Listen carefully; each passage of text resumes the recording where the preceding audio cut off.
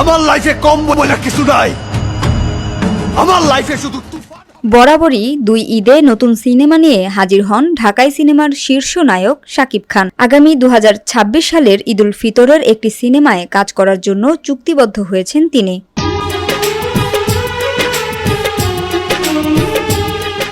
সেই সিনেমাটি নির্মাণ করবেন আবু হায়াত মাহমুদ। যদিও সিনেমাটির নাম এখনও চূড়ান্ত হয়নি। জানা গেছে গত বুধবার রাতে আনুষ্ঠানিকভাবে শাকিব খানের সঙ্গে এই সিনেমার চুক্তি স্বাক্ষর হয়। পরে সামাজিক যোগাযোগ মাধ্যমে এক পোস্টের ছবির নির্মাতা আবু হায়াত মাহমুদ খবরটি জানিয়েছেন। আমি তোর প্রেমে পড়ছি 1 সেকেন্ডে, আর তোরে সারতে লাগবি আমার ন্যানো।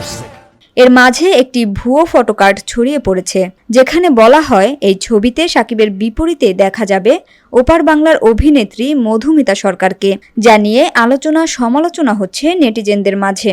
ভুয়ো ফটোকার্ডে দেখা যায় পিচ্চি হান্নান চরিত্রে মোশাররফ করিম, কালা জাহাঙ্গীর চরিত্রে শাকিব খান, আর প্রধান নারী চরিত্রে মধুমিতা রয়েছে।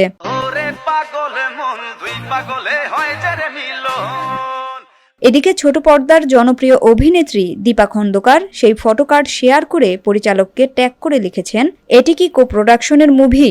যদি শুধু বাংলাদেশের সিনেমা হয় তাহলে ফিমেল লিড রোল করার মতো কোনো শিল্পী কি আমাদের দেশে নেই? কেন এমন কাস্টিং হচ্ছে? শুধু তুফানের মতো চেহারা থাকলেই তুফান হওয়া যায় না।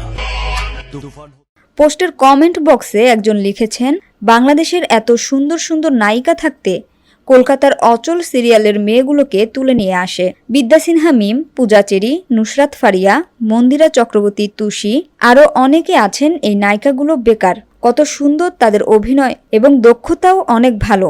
আরেকজনের কথায় একমত। তবে মধুমিতা কেন? কলকাতায় বা বাংলাদেশে কি আর ভালো কোনো অভিনেত্রী নেই?